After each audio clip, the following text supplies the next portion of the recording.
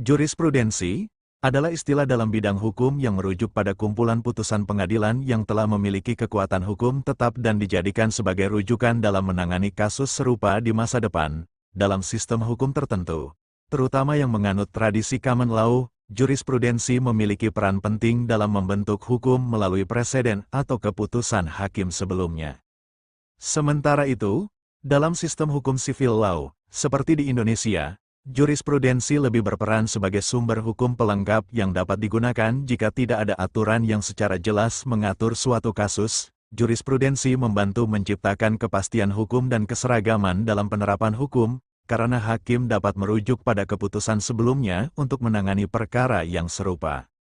Hal ini penting agar tidak terjadi perbedaan yang mencolok dalam putusan terhadap kasus dengan konteks yang hampir sama. Selain itu, jurisprudensi juga dapat menjadi dasar untuk pengembangan hukum karena keputusan hakim dalam kasus tertentu bisa menginspirasi perubahan atau perbaikan dalam peraturan yang ada.